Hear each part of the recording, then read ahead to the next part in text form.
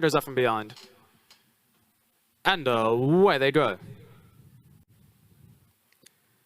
Gentleman Joe was one of the first ones to respond. Deep routes on the track. Vions Dre is pushing forward to go and set up into a handy position. Epicleros from that wide draws also trying to get up there in the vanguard. Then settling on the heels of the early spears at Cedar, the yellow sleeves and cap. Just 3.5 lengths off that pace. Then a further length back and running to Caramel Fudge on the outside of Avignon.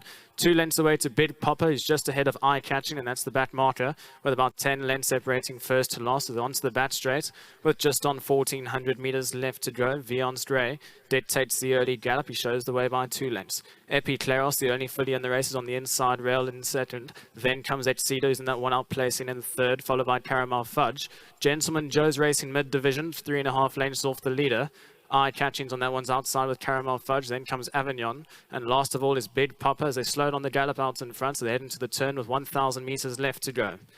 Vions Dre is going to try and make every poster winning one still in front, but only by 1.5 lengths. It's Cedar starts to creep a little bit closer in second. Then comes Epicleros back on the inside rail in third. Caramel Fudge is on her outside. Then comes Gentleman Joe with Eye Catching. Avignon one from last and Big Popper still last of all. And once again, 8 lengths separating first to last. No real change in the order as they're homeward bound with 700 meters left to go. And Vions Dre, that's the one they've got to catch. But it's Cedar now just gets a little nudge or two. He starts to creep a little bit closer with Epicleros, who also comes off the bit for a stride or two. Gentleman Joe's just in behind them. Then comes Caramel Fudge, deep rounds his Eye Catching. Avignon has about 5 lengths to make up, and Big Popper corners in last of all. 400 meters left to go. Vions Dre now starts to feel the pressures. Epicleros and Gentleman Joe, these two have moved up to challenge. Deep rounds at Cedar with Caramel Fudge and Eye Catching, who's starting to work her way into the race. So they're into the final 200 meters. Gentleman Joe with his neck in front. Epicleros on his outside. Avignon towards the inside, starting to take off late, but Gentleman Joe and Epicleros, these two are left to fight it out. Gentleman Joe digging deep and gets there. Gentleman Joe just ahead of Epicleros. Then came Avignon in third. Caramel Fudge was further back in the running. The one of the indigo sleeves and cap down the center of your screen with the sheepskin noseband now moves up to challenge with Epicleros. These two are left to fight it out.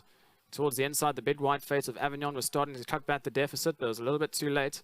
You can just see pretty much the first 3 just started to hang towards the outside. But Gentleman Joe comes home lonely and wins just on the line and gives Cornet Orfer the birthday present here for race number 5.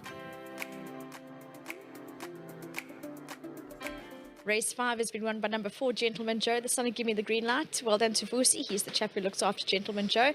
Receives his 1,000 Rand. Thank you to Hollywood Bets and Cape Racing. Cornet Orfer.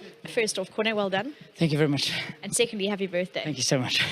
Were you having a bit of a pep talk with yourself going through? Because I saw you almost didn't want to do too much because he likes to dig his toes in the last bit. Vicky, I'm sure you saw his form. I mean, he can be handy and pull you through 2 lengths easy, and he came from 10 lengths off over the 2,000 when he was drawn badly.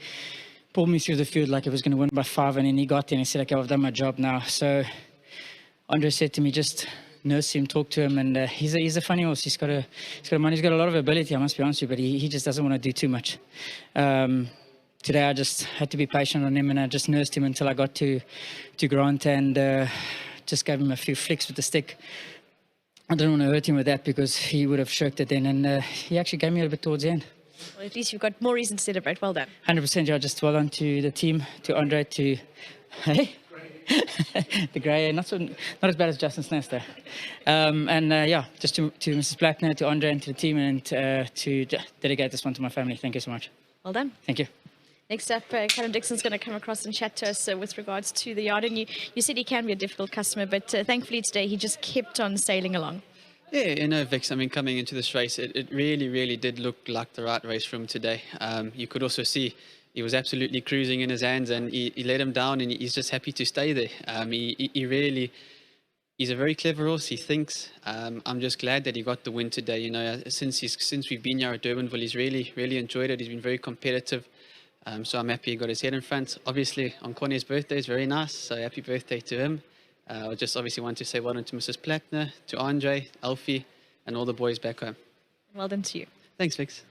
Well then, to Callum, he's flying the flag for the under Nl yard. Well done to play on stud for breeding, and Mrs. Platinum for owning number 4, Gentleman Joe. The son of Give Me the Green Light most certainly kept the team, or made the team proud today with his not only his consistency but also his brilliant win.